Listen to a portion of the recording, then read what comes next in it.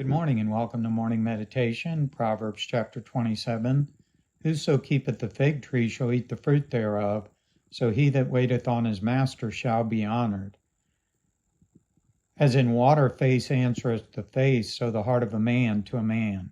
Hell and destruction are never full, so the eyes of a man are never satisfied. As a finding pot for silver and a furnace for gold, so is a man to his praise. Though thou should bury a fool in a mortar among wheat and with a pestle, yet will not his foolishness depart from him. Again, more comparisons between the wise and the foolish person.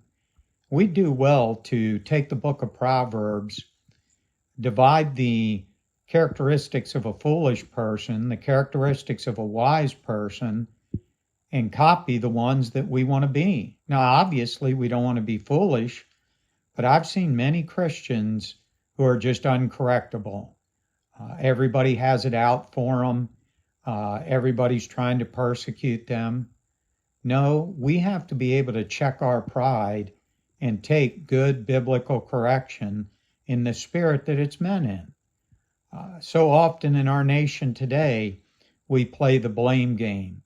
Well, it's my parents' fault. It's my environment's fault. It's this, it's that.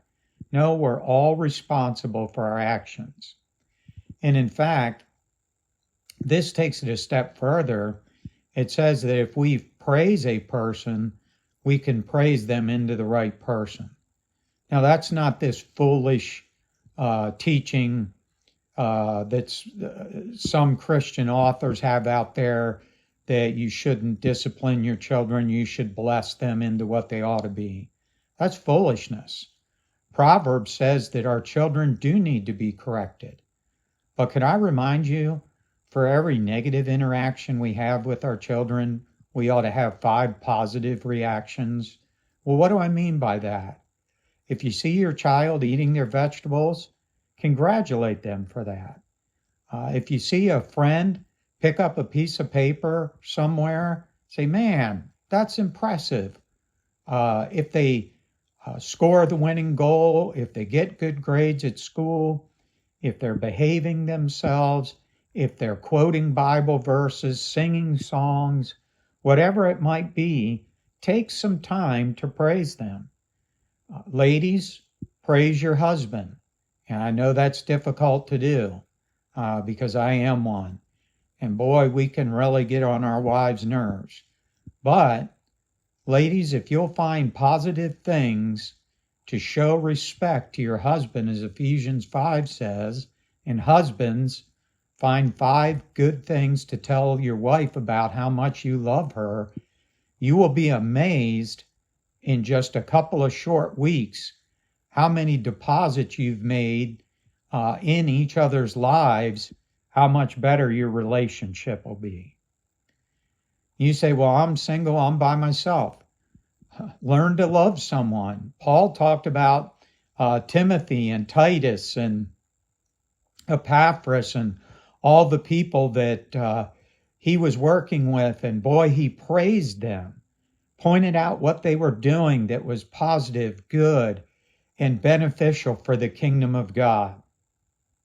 Now, he did point out Demas, who had forsaken the way, but he pointed out a lot of other people that had done.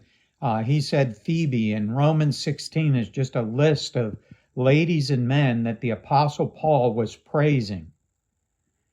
And I'll say this, if you and I, for every negative statement we make 5 positive statements, you'll find out that life's a whole lot better. It isn't as bad as you think it is.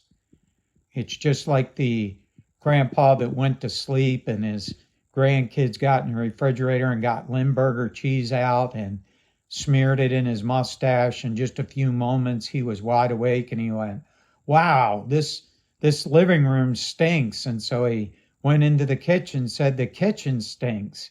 He went out the back door, took a deep breath and said, the world stinks. The world didn't stink, the kitchen didn't stink, the living room didn't stink, his mustache did, the Limburger cheese did. And so many times we need to understand that if we'll praise and worship We'll get the stinking thinking out of our own heart and life. Don't let this world influence you with their stinking thinking. God bless you and have a wonderful day.